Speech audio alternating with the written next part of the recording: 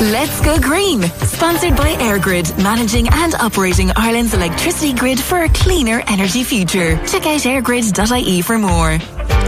Good evening and welcome to Let's Go Green, your weekly environment, sustainability and all things green show on Midlands 103 with myself, Zoe Ryan, sitting in for Aisling O'Rourke tonight and across the next few weeks. On tonight's show, we consider how to better use our spaces to address the housing crisis, honour our local boglands through art and explore how, by changing our disposal habits, we can be a bit greener this Christmas. My first guest is Australian-born, Athlone-based urban designer Evan Henman of Henman Design. Evan, I've often found myself looking around a room at the location of, say, plug sockets and thinking to myself, this clearly wasn't thought out. They're just not in practical locations. Am I right in saying that in a far cruder way, it's a similar thing that you do? You look at a space and you think, what is the optimal way for this to be laid out to ensure the space is being used to its full potential? Well, firstly, Zoe, thank you very much for having me on. It's really great to be here. Yeah, absolutely. So as an urban designer, we're thinking very critically about our spaces and the best way to kind of utilise space for sure. So, yeah, that's definitely something we're definitely taking onto consideration. And tell me, what is it that services that you offer, your particular company? How can you assist people? So what I primarily focus on is securing planning for residential sites.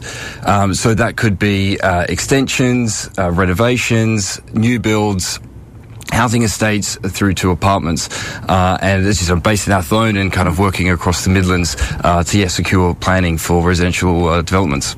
And you've said that you're keen to work with the likes of locals and organisations to improve housing opportunities in the Midlands. What areas for improvement have you identified so far where you're looking at spaces thinking, this probably isn't the best way for this to be organised? How can we better be using those spaces? Yeah, absolutely. I mean, I think when we're thinking about opportunities for housing, there's kind of four key opportunities that I've kind of identified and see. So we've got urban regeneration, urban infill, greenfield urban growth, and greenfield sites. So they're quite jargon heavy. So just to kind of explain a bit more what they're kind of referring to. Yes. So urban regeneration is looking at our existing urban areas and repurposing existing buildings. So that could be pubs that we're converting into housing, or it could be office spaces, etc., and then revitalising these urban areas. Right. Then urban infill is looking at underutilised sites within our urban spaces. So that could be car parks, or it could be vacant plots, or it could be buildings that need demolished and then rebuilt. Yeah. And often you're looking at higher density developments there, so it could be apartments or it could be terraces. And then you've got greenfield urban growth, and that's looking at providing housing at the edges of our towns and villages, predominantly using agricultural land. Right. And doing things like housing estates. And then the final one is greenfield sites, so that's providing one-off housing in the countryside. Which would be, compared to a lot of other countries, be a percentage quite higher because of the land distribution. A lot of people do actually own land in the countryside, and therefore, if their families have lived for generations on that land, they certainly want to be able to develop and build on their land. Going back to repurposing the existing buildings, that's, I suppose, where your environment sustainability friendly comes in, that we're not kind of contributing to adding to new building to the space. We're actually going to reuse those areas. Is that something that you would see a lot in the Midlands region? Yeah, absolutely. And I think there's huge potential in that space. So you've got, both within our urban areas, but also in our countryside, we have a huge amount of derelict buildings. Yeah, absolutely. And I've been doing quite a lot of work recently in this space, looking at old school buildings, converting them into residences, and also cottage and derelict buildings. And there's some, as many people probably know at the moment, there's the grants, the vacant home grant and the derelict grant to kind of help with this. But there's huge potential to reuse these structures, and as you said, they reduce the amount of new materials that we're using. So from a sustainability standpoint, we should be trying to reuse a lot of these. Use what we have. Exactly. And in our kind of towns and and villages, a lot of these buildings are in fantastic locations, and so they're really worth utilising. And you've mentioned there about, reusing these spaces that they haven't been used, but you've been talking about planning permission and grants there. So an incentive would be the grants that are available to people, but planning permission, something that people find a lot difficult, and that is something that at your company you offer. You obviously know the jargon, you know the system inside out, so that's where you can come in and help people to say, look, I can help get this over the line. Let me look at the planning that you maybe are proposing, and that's where you can come in and help. Yeah, absolutely. I mean, I think everyone knows that the planning system can be quite difficult to secure planning, and other counties more difficult than others. And it very much depends on the type of planning application that you're doing, the different challenges that you can face, whether it's, one-off housing, so that could be, the right to build in the countryside, or if you're in urban areas, we can, it can be quite difficult to get planning through if they're in a built-up space, and a lot of people could kind of appeal some of the proposals.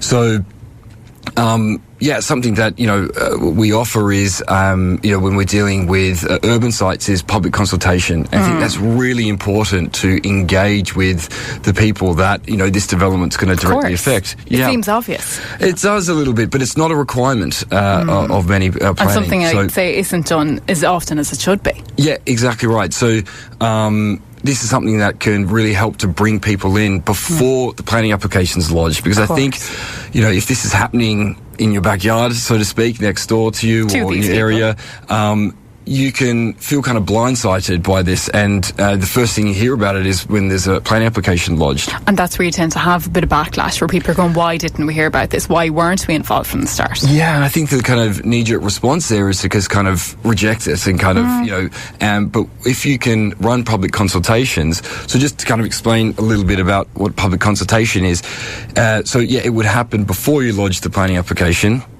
And, we would hire out a space in the local community, whether it's at the primary school or a community centre, and they'd print out the proposal, the design proposal, and give the community an opportunity to come in and see what this is. See what the proposals are, and then opportunities to give feedback. And I think that's really important to give people opportunity to give their feedback. Yeah. And also, we often find that we end up changing the design. Based on what people say. Exactly right, because who knows that area best? It's going to be the locals. And I think that's the frustration that a lot of people have when there's a application put in and they haven't been consulted. Yeah. We can really take on board their concerns.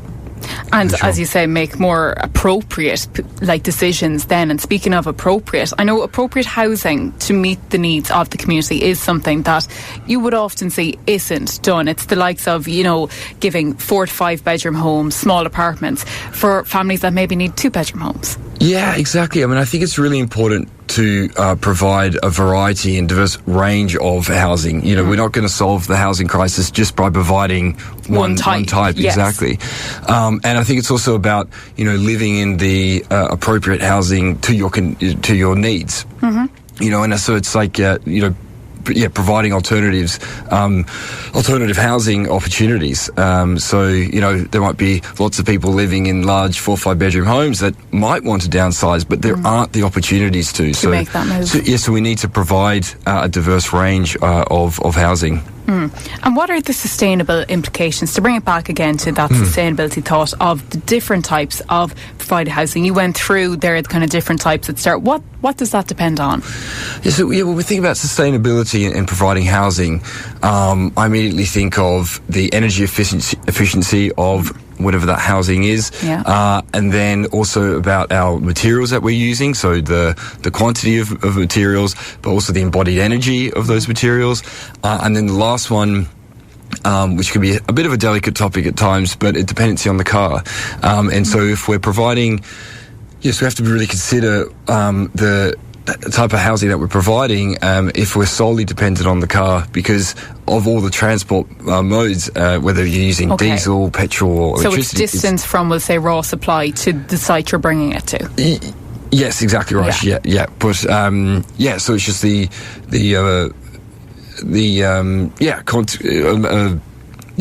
the different types of modes of transport. Absolutely, for your environmental impacts there. Yeah, exactly. Yeah. And you know, these creative solutions, you've often been asked to go into projects where you're looking at complex urban sites to come up with. What would deem something a complex site? And would you often come across those in our area? Yeah. Or would it be more the likes of your cities? Yeah, I mean, basically, when you're talking about like complex problems, there it can be, lots of different constraints on the site. So, coming up with kind of innovative solutions to those different constraints. Yeah. For some sites it could be lots of topography changes, or it could be in urban areas, it could be, dealing with, the different neighbours, and they could be providing, if you're close to very noisy areas, kind of providing... Yes. Designed solutions to these different problems. So, some sites can have a huge amount of constraints that you need to kind of design accordingly to. Okay, so complex in their surroundings and kind of the different variables that you have to deal with there. But Evan, if someone wants to know more, where can they find out more about the work that you do and kind of get an assistance with you? So we have a website, henmandesign.ie, so you can jump on there and have a look at some of our projects that we're doing, and then please get in touch through that email. Through the website. And we're offering free consultations for people if they've got a project that we can try and help with. Great. And Evan, thanks a million for joining me in the studio this evening. And as Evan has said, he is happy to assist in any way he can on a project that you think could benefit from his expertise. And if you're interested in finding out more about the work that they do, or indeed availing of any of their services, full details can be found on the website, along with, as you said, your contact details. Evan, it has been a pleasure. Thank you very much, Zoe. Up next, we will be exploring our changing relationship with the bog. Let's Go Green, sponsored by EirGrid, managing and operating Ireland's electricity grid for a cleaner energy future. Check out airgrid.ie for more. You are listening to Let's Go Green on Midlands 103 with Zoe Ryan. Now, every region in the country tends to have a defining landmark, and in the Midlands, ours is arguably the peatlands that surrounds us. Now, when a lot of people from the area think of the bog, they picture blistering hot summer days, footing turf. But in recent years, our relationship with the boglands has had to change. And last week, I went along to the launch of Jewels of the Bog in Esker Arts in Tullamore and spoke with a number of people in attendance, including local artist Michelle O'Donnell and Rosemary Langtry, Cathaoirleach of Offaly County Council, Councillor John Lahey, and Artistic Director of the Centre, Sean Walsh, about the shift in that relationship.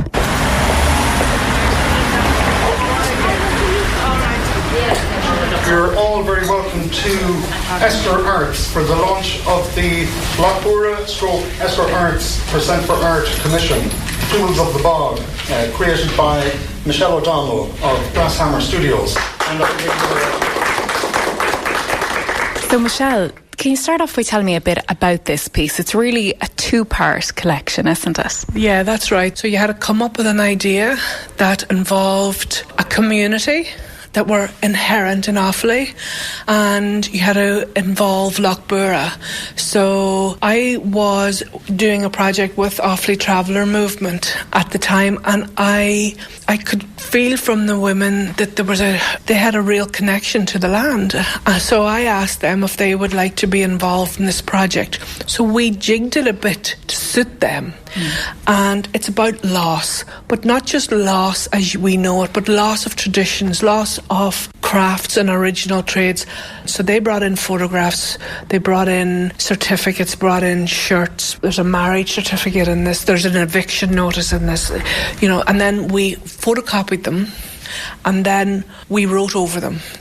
And then when we kind of seen what they were writing, we just said we can't actually show this in a way, the traditional way. So we started to cut it up and we made these ribbons and a form of letting go and, moving on. And so they're folded and they are stapled into this. And Rosemary was there. Rosemary Langtry was helping me with the project from the very start. So what you're seeing now is like these folded ribbons, and they're stapled all on top of each other. And then it has this golden heart and it's copper centre. How did we choose that? The copper centre actually was in relation to the craft of the copper pots and the traveller's tradition, which has nearly been lost.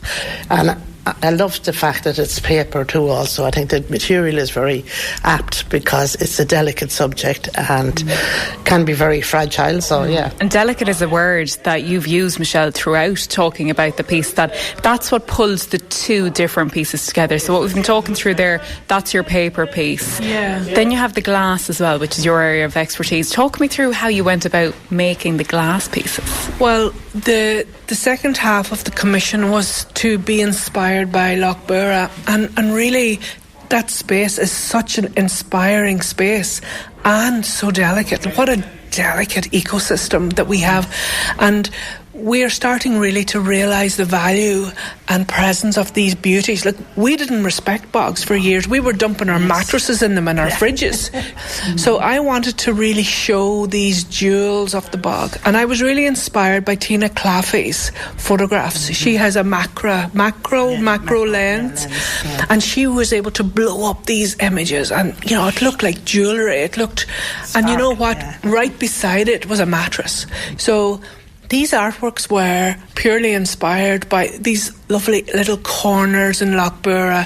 Like, there's cuttings of the tree, and I took a rubbing off the cutting of the tree, and I went back to the workshop that day, and I took a cast off it, and I made a mould, and then I cast the glass to 860 degrees, which meant that the glass melts right around those images and textures.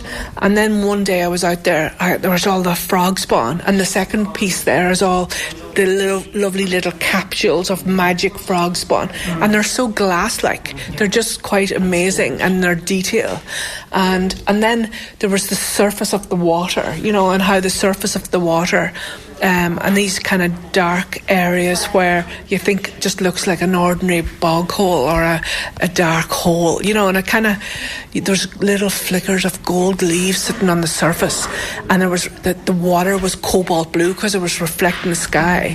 They're absolutely beautiful, Michelle. I love the light, and with that too, the colours, the texture you've used, it really shown to the best really of what glass can be like, but also, I should say, representing our bogs, the treasures they are. And you mentioned when we were talking with the ladies, they talked about the beanie bag thing, and this was a little bag that they used to have that they used to put their treasures in. They used to have, it was like an aprony. It was a little cloth bag that they always put their treasure or valuable stuff in. So I mean, I think these kind of do remind me of that these are very valuable. Our bog is valuable, and we're all appreciated now more than what we ever did, I think, you know, that kind of way. So, and that, I suppose, was one of the main aims of the piece, wasn't it, to honour our bogs and the land that you spoke about, that people were talking about loss in the paper side of it and letting go. In a way, you could say some people feel we've lost the connection we once had with the bog because our relationship with it has changed. It has, yeah. I you know, if you speak to anybody in Offaly, their summers were spent in the bog, and they you know, the making of the tea and bringing tea in jars, and you know, they've these huge memories around it, you know, and that's all changed now because we can't cut our bogs anymore, and we have to think again of what we use, and we have to use renewables, and we have to use, so we can't be pulling away at our natural resources or the moss for that matter. We have to just appreciate it and let it be, you know. It's just, everything has changed, and it's about really honouring what has happened in the past and then looking to the future now at preserving and maintaining what we have. And I'm delighted that Sean now has welcomed them here, and they fit in perfectly. You know, I'm delighted. So Sean, today we've seen the launch of a piece that's going to become a permanent fixture in the Art Centre that obviously honours our heritage of the bog in the Midlands. How important is it to have a piece like that as a permanent fixture in the Art Centre? Because obviously the nature of the Art Centre is you have a lot of installations and exhibitions that they come and they go, they have a space here and then they're gone and that space is reused. But for this to be a permanent fixture, as you said there, it you know, pertains to the heritage of the bogs, which is so important, so prevalent in County Offaly, and it's really important that whatever we have reflects that, and that it is relevant. Now on top of that, it's beautiful. It's a beautiful suite of fused glass light boxes. So I'm delighted, really, really happy that we got it right. And do you have many collections that are permanent fixtures? No, we have some works on display in the foyer areas, and they are on loan from Offaly County Collection. It's like a 2-year thing, so a lot of these will be coming down next year. Everything else is temporary in the galleries. Exhibitions will last for 2 or 3 months. So why this piece? Why did you say for us to have a permanent collection, this is an ideal piece for us? Michelle's, I suppose, was selected because of the relevance, the appropriateness, the beauty of it. You know, it really ticked all the boxes, and it was just the right one. Councillor Lahey, you spoke there about the importance of looking to our bogs and using them in a different way. Yeah, it's massively important. Like if you look at a fifth of our land holdings in Offaly is actually bog, and I suppose in my speech I made the point in the fact that particularly in certain parts of West Offaly, in say East Offaly, you can't have a conversation unless you have a conversation about the bog. Let it be that whoever worked in the bog that was related to you, or the fact that the bog, you know what I'm saying, the life of the bog has finished up. We have a huge industrial heritage. It's actually in our DNA, so it is. So it's important that we carry on from that. I suppose a lot of work that we're doing now into the future with the bogs is utilising that. You know what I'm saying, like Bornamona, you can see the sculpture park, you can see Lochbora parklands, you can see the trails that we have.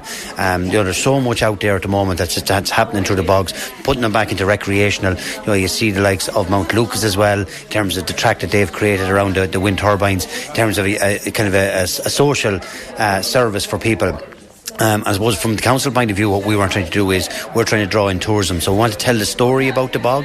That's why it's vitally important that the more people we've talking about it at a local, national, or even just a regional level, it helps us then draw funding on that, because there is a huge story there, and I think there's a story to be told.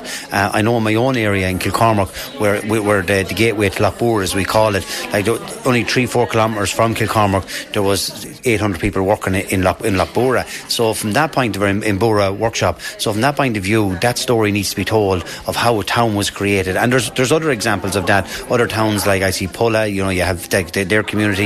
You have over the east of the county, like a Road, like a Croghan, Brackna. All these survive solely on the fact of the bogs and the work on the bogs. So it's vitally important that we keep that on the agenda. And you mentioned there about funding, and funding's an area that a lot of people have a lot to say about it. But how important do you think it is that funding still goes to the likes of works like this, that is, say, honour that heritage and look to our bogs differently than we formerly did? Times have changed. We can no longer maybe work off the bogs in the way we have. So it's time to look at our bogs differently and utilise them differently. How important do you think it is that funding continues? Yeah, it's massively, even just for honest, maybe if you want to call it on a small scale, in terms of like the artists that come forward and the commission works, like what Michelle has commissioned here, that's visible in the Art Centre in Tullamore. That just tells a story, and every time someone comes up and visits here and looks at it, that tells them a story about what we are, our culture, our heritage, and we never should try to lose that. We should be always proud of it. I suppose on a bigger front, Offaly County Council have done a huge amount of work in the last 10 years. When I started in the council in 2009, it was very much operational in terms of where we were going, in terms of keeping, let's say, the big ratepayers like Bornamona, West Offaly Power. They no longer exist in that capacity now.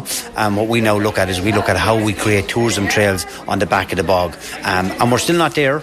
We have the trails, we still have to get the people to come, but I think the people coming and just walking through or cycling through is not good enough. There needs to be a story. So what we would like to see is that down the line that we will be a tourism hub for if people were coming on a bus tour, they were coming down, they can hit all the big ones like Borg Castle, Clonmacnoise, hit kind of a tour of the bogs. You know what I'm saying? And you can see Bornamona now starting to reinvent themselves in terms of trying to tell that story. And we want to support the likes of Bornamona and other community groups that are doing so to tell that story. So then what happens is it becomes then an economic piece in the fact that people are visiting the county and maybe staying in the county. So instead of coming in and hitting maybe 2 or 3, now what happens is there might be 7 or 8 and they might stay overnight, and now they're spending money in the county, and that's helping to secure jobs, create jobs, and that's what it's all about, creating jobs and securing jobs. Obviously the thoughts or the opinions we would have had in the bog of passes, as you said, there's a large generation of people that they worked on the bog. People of the age of myself, we know the bog because we would have burnt the fuel. What do you think the future generation's opinion is going to be on the bog? I think everything goes a full circle eventually. Like you take I have a 22-year-old daughter. She knows nothing of the bog in some respects. And where we were, as you've mentioned, you've been used to going to the bog, getting the turf home, firing it into the fire, taking out the ashes. We've kind of got full circle on that one, because all the new homes are being built now. And then if you take it in the next 20, 30 years, at the rate that we're going, everyone will have say air to water heat pump. There'll be no ashes, no nothing. And I think what happens then eventually is that, and this is where we're pitching ourselves at the moment, is that there is a core heart out there that will want that history to be told. And like, even for the fact that maybe, say, people that would never have used, say, and going on the tourism side of it, that come into our county to visit, and they're attracted to Clonmacnoise, they're attracted to, say, Borcastle for obvious reasons. Why can't it be an obvious reason then that this was the heritage? Because I know we'll be chatting people that maybe, say, in other circles, and you'd say to them about people working in the bogs, what do you mean? Like, what did they do? Well, the harvest, the peat went in, and that created power. And they'd be kind of saying, and I'd say more than likely it powered some part of your home somewhere down the line, because we were an energy provider in this county, and we're going back. We still have that tradition. In the modern sense now, because we have twin turbines, and if you look at the way what we've created at the moment, we'll probably be producing a fifth of the energy supply for the country. So we're doing what we always have done, but we're able to show now the history of this, the way we used to do it, through the peat, through manual labour. Now we might have just wind turbines and solar panels or battery operated, and that's created now. So it's the old and the new, and I think that story needs to be told, and if we can benefit off that in terms of bringing people to the county, all the better. As Councillor Lai said there, it's all about embracing this new relationship that we've nearly been forced to take on with the bog, but yet honouring the relationship we would have had formerly with it. So as mentioned there, the Jewels of the Bog has been added to Esker Art's permanent collection, so you can view that at any time. That is any time after January 10th. They are now closed for the Christmas period, but will reopen on the 10th, and the pieces are displayed just inside the main door. It really is a fabulous collection, and the frog spawn in particular is mesmerising. It is just so accurate, so definitely worth popping in to see if you are in the area. Still to come, have you been disposing of your household items correctly? Well, you're about to find out. Let's Go Green, sponsored by EirGrid, managing and operating Ireland's electricity grid for a cleaner energy future. Check out airgrid.ie for more. It is Zoe Ryan bringing you Let's Go Green on Midlands 103 this evening. With temperatures that we have been experiencing as of late, and the ones predicted for the coming days, a white Christmas is looking unlikely, but there are steps we can all be taking to make it a greener one. Christmas has long been a time of high consumption, and that obviously results in a lot of waste, but what we do with that waste makes all the difference. Now, on last week's show, Yvonne Carty of Hey Presto was on, and she gave fantastic tips on reducing food waste through engaging in more conscious purchasing and creating new dishes with leftovers. Today we're continuing that conversation, broadening our scope to look beyond food to the other kinds of waste we typically encounter at this time of year, and more specifically how we should be disposing of them. Joining me now to chat about properly disposing of those items, from wrapping paper to toy packaging and everything in between, as well as knowing when to not throw something out, is Dr. Joanne Rourke from My Waste. Joanne, you are very welcome on the show this evening. Thank you very much, Sophie. Thank you. Now, Joanne, as I said, there is an awful lot of waste that we encounter across the Christmas period. What are the typical items that you would see people maybe looking to try and reduce the amount of waste that's coming into the house, or at least, as I said, disposing of that waste properly? Okay, so I suppose the type of waste is very similar to the type of waste we have all year round. It's just that there is so much more of it. So we have more stuff, therefore we have more waste. At the same time, we're very busy being all sparkly and Christmassy, and I think recycling that waste properly probably falls down the priority list for a lot of people. So really, at mywaste.ie, we're trying to encourage people to, still recycle properly, because this is a critical time for recycling. So one of the main things I suppose we would have is packaging, and also wrapping paper and things like that for presents. So I have noticed this year that a lot of wrapping paper is actually very recyclable. It's not like a few years ago where we had a lot of, foily, silvery paper. A lot of the the wrapping paper now seems to be very recyclable. Yes. So that's really good. So that's one thing. Of course, if you are unwrapping a very big present, you might be able to keep some of that wrapping paper for next year, or for, wrapping somebody else's present in. So that's something to keep in mind as well. I suppose packaging on things like, toiletry sets, things like that, where you would have both paper and some plastic. It's really, really important that you separate those two things out. So we would always say that anything that goes in the recycling bin should be clean, dry and loose. So if something has a paper component and a plastic component, separate those out and put them into your recycling bin. Another thing is food packaging. Now, this is really important because this has to be clean. You need to give this a rinse under the tap. So let's say you are having your New Year's party and you're having hummus or nice dips or whatever. And at the end of the night, you have a little bit left.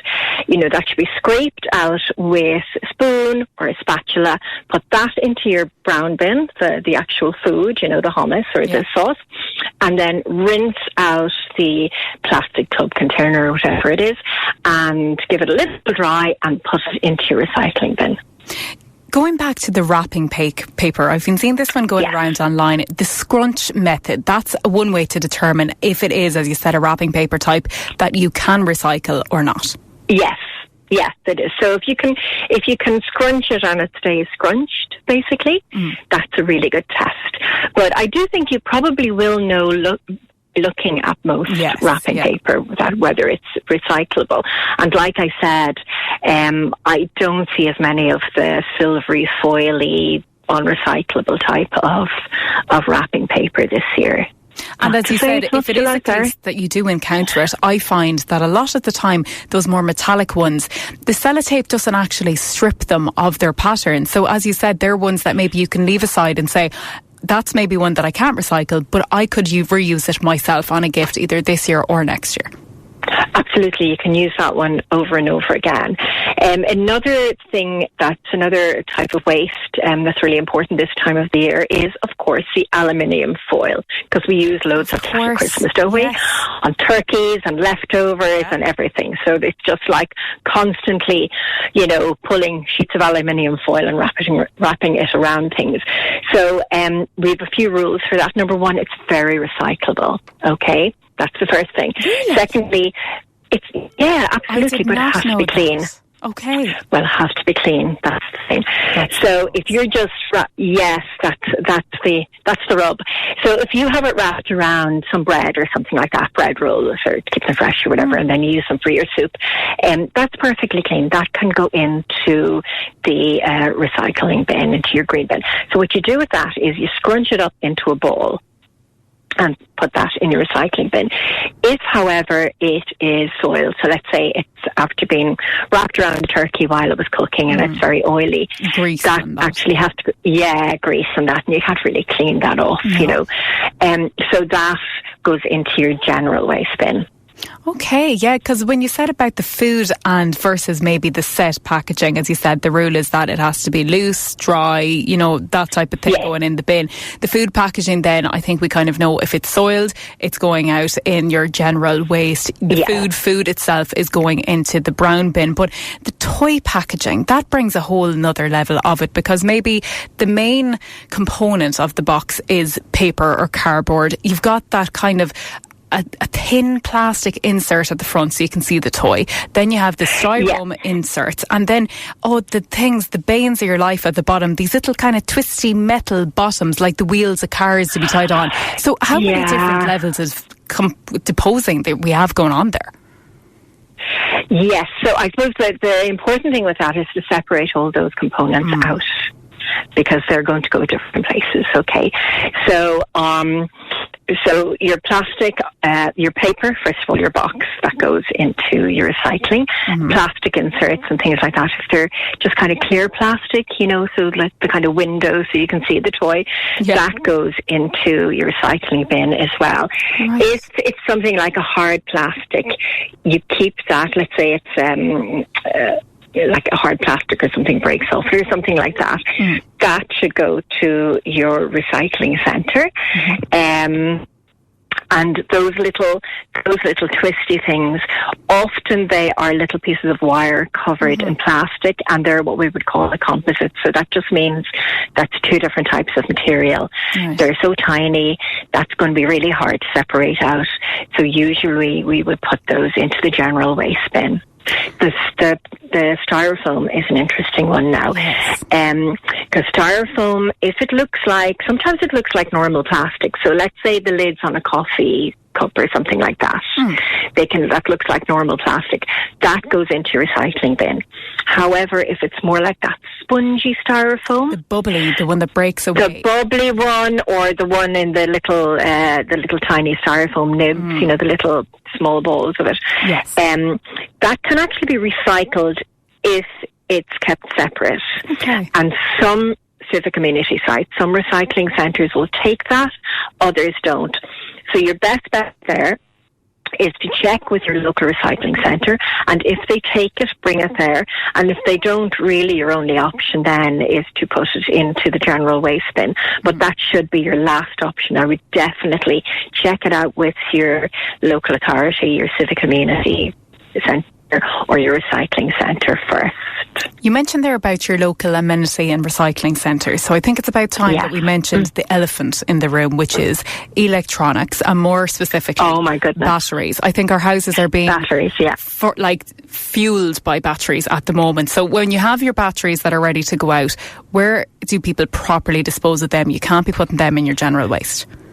You can't put them in the general waste, and you cannot put them in the recycling waste bin either. They don't go in any bin, okay?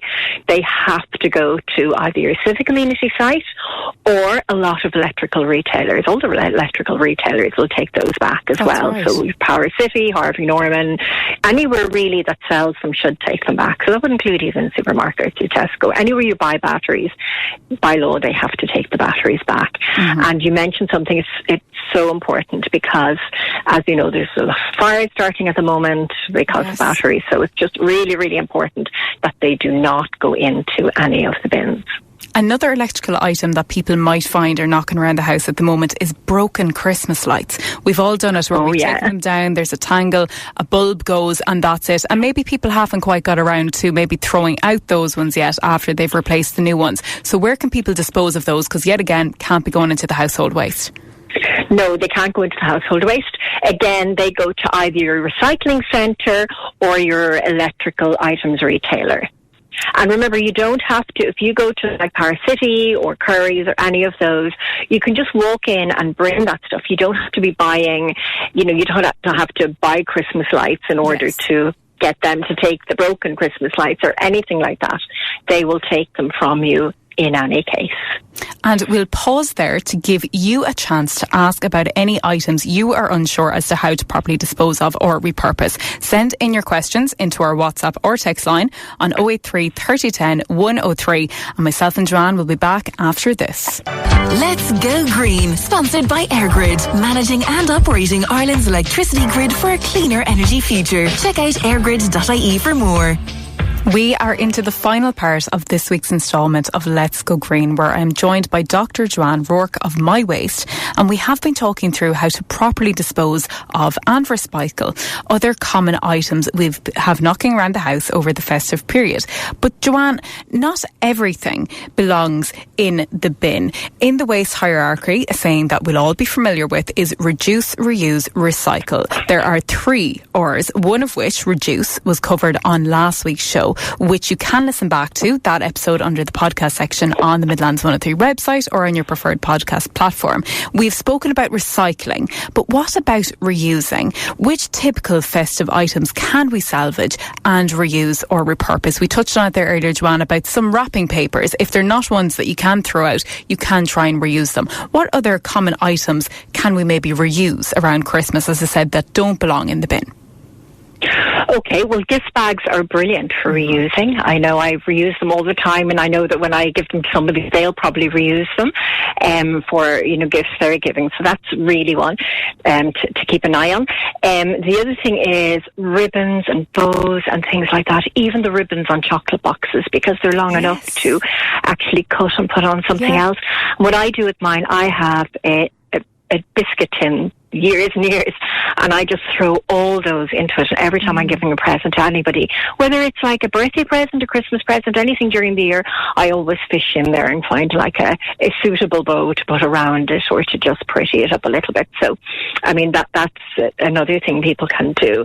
The biscuit tins are always great for repurposing, or even sweet tubs, things like that, because you can keep those to organize your things and put stuff into.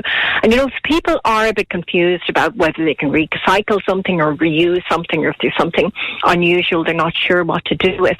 We have a wonderful A to Z on mywaste.ie, and you literally just type the item in and it'll give you the options for that item. So that's just a good tip for people as well. I found it interesting when you said about the tin, because I think there's not an Irish household where we've not got like that an old Roses or Heroes tin that has that lovely old branding on it, and generally they use as like sewing tins and other type of tins around the house to keep things in, bandages, etc. So as you said, those are things you don't have to throw out as well. You can repurpose those. Oh, absolutely, you can. And, they're great for, like, a biscuit tin is great for keeping your Christmas cake in as well, and keeping it nice and fresh. And it's a really useful thing to have for that, So I think they're probably the main things that can be reused. I should also mention, if you're using cans or plastic bottles this time of year, which we will be, we'll be using more of those, so you should put those aside and then bring them to your return machine, and also glass bottles, of course. All that nice wine or gin or fabulous bottled orange juice, whatever. They should all go to your local bottle bank. As well as the ever-present bottles of Schlur that does be lying around at this time of the year. Absolutely, yeah. We are after getting a text in here saying about to save the gift baskets, the wicker ones. That's actually something that I always idea. And another one that I find I have a lot of is, when you get the flowers, like a nice sizable display from a florist, they come in like a nice type of strong cardboard bucket nearly at the end. And I would find that I would keep those up as well and repurpose them if I buy, maybe a bunch in a supermarket, that I'll pop them in there with the water, and it makes for a lovely present. It does, yeah. That's a lovely idea, actually. I love that idea of the wicker basket.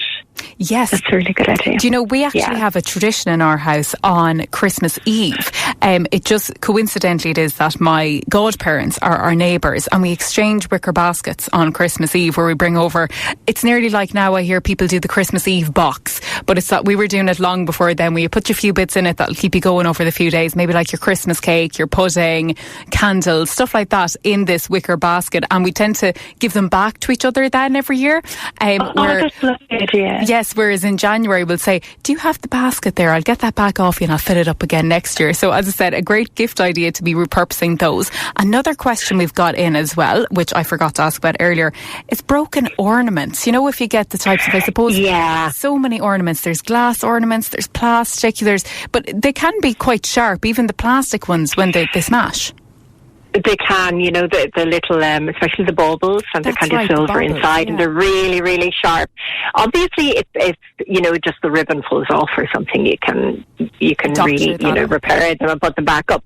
But if they split even a little bit, or there's a little hole in them or anything, I would tend to just throw those out, because it's just too dangerous. I know, they're sharp. And I suppose, as you said, if there's an electrical component, like say if it's, a lot of people would have villages type of thing, it has to be disposed of the way the electrical goods are. Oh yeah, anything with a plug or a battery should go to your civic amenity site, and that includes, which I should have said earlier, vapes, anything like that. So if you're, a vape should never ever go in your bin either. That needs to either go back to the vape shop or be brought to your civic amenity site. It's really important. Another one that's come in on the text line, which is a massive oversight on our behalf, Joanne, is your Christmas tree. How do you dispose of your fresh Christmas tree in January? Your fresh Christmas tree? Well, most local authorities will have a collection point, a number of collection points around the area. It's usually like a local green or somewhere like that. So if you go on to your local authority website, they will usually have that really prominent somewhere near probably on the first page or quite close to it, and it'll tell you where the different collection points are. So you need to bring it there. As for artificial trees, really you should use them over and over and over again. That's the most sustainable thing to do if you have an artificial tree, is, just use it till you absolutely can't. Just keep using it over and over again. If you do need to dispose of something like that after 20 years of using it, Zoe, that would also have to go to the civic amenity site. Quite a humorous one is after coming in here. Someone has said every year they tend to burn tea towels. So where is it that they can dispose of burnt tea towels? Is it a case of you're bringing it to one of those maybe clothes banks for rags, or can they go into your type of general waste? I would put them in the clothes banks for rags. We're not to be any textiles in the general waste anymore. Right. That's been banned this year. So, they could possibly be used for rags and things like that. As long as they don't burn their hands, Zoe. This is maybe true. Get an oven glove. There's now a Christmas idea for that texture, that maybe ask for an oven glove so that you're not destroying your lovely tea towels. Or I suppose they could have just left it down on the ring. We've all done it. Well, we've all done that, yeah. When you're rushing, it's so easy. This is it. Something like that. This is it. Joanne, food then. I know you've said about, disposing of, we'll say, your waste food, like your peelings, things like that, popping them into your brown bin. What about those, say someone has said, what if they've overconsumed on food and they've got food coming near their end of sell-by date? Or is there the likes of facilities like homeless charities or anything like that they can drop maybe the likes of those in, that they're going to good use and they know they're not going to get through it themselves? Absolutely. Look for your local homeless charities or food banks. Also, sometimes your freezer can be your friend here. Yes. So, if you feel that you've bought too much and you're not going to use it all, pop it in the freezer. You can freeze most things, Another good tip, I think, is if you feel you've bought too much for like a party or something, you're better to put all the consumables out first. So the things like your cheese or hummus or dips or something, that sort of thing. Yeah, the ones that go off quickly, and maybe just put a few of the crisps out, and then you can top up the crisps if you need to, that sort of thing. Joanne, no, carry on. No, I was just going to say, so, there are just a few little tips for, yeah. And then and of course, that's it. And, you can do a lot of things with leftovers as well. Google is your friend here. Just Google different recipes for leftovers in the days after Christmas. Although I think all our mammies are very good at that, aren't they? Joanne, any last minute kind of advice or tips for people in the event that people haven't done the likes of their Christmas shopping yet, or they've not, picked up their rolls of paper? If people aren't well coordinated, so it's not too late to say, make greener choices. What small choices can people be making that are that little bit more greener? Well, I think that we have so much stuff at Christmas time, and so many people have said to me this year, oh my God, don't buy me any stuff. I think if you buy people experiences, so it could be things like a gift card for the local cinema, or for the local ice skating, because the ice skating rinks will be, they go on until into January. Maybe a concert they'd like to see, something like that. So think in terms of maybe experiences for presents, for as well as stuff. Yeah. And often, if I pick up something and it's a present and it's in a lovely little, in a lovely little bag or just so nicely decorated, sometimes I just don't wrap it. I just leave it in what it's been bought because it's so nice, Joanne, I would love to speak at length about this for the rest of the night, but unfortunately that is all we have time for this evening. You have been a fantastic guest, and hopefully we have given people some ideas there. That is all from me tonight, and the last that you will hear from me before Christmas. So in light of that, I want to take this opportunity to wish you a very Merry Christmas, and a reminder, it's the small actions that have a massive impact. So hopefully tonight's chat has given you a few ideas as to how we can all be a bit more environmentally conscious with our decisions, and thus kinder to the planet over the festive period. I'm leaving you in the capable hands of Joe Cooney for the next 2 hours with the best of Irish and American country music on Country Roads, and I will talk to you next week. Until then, good night and Merry Christmas.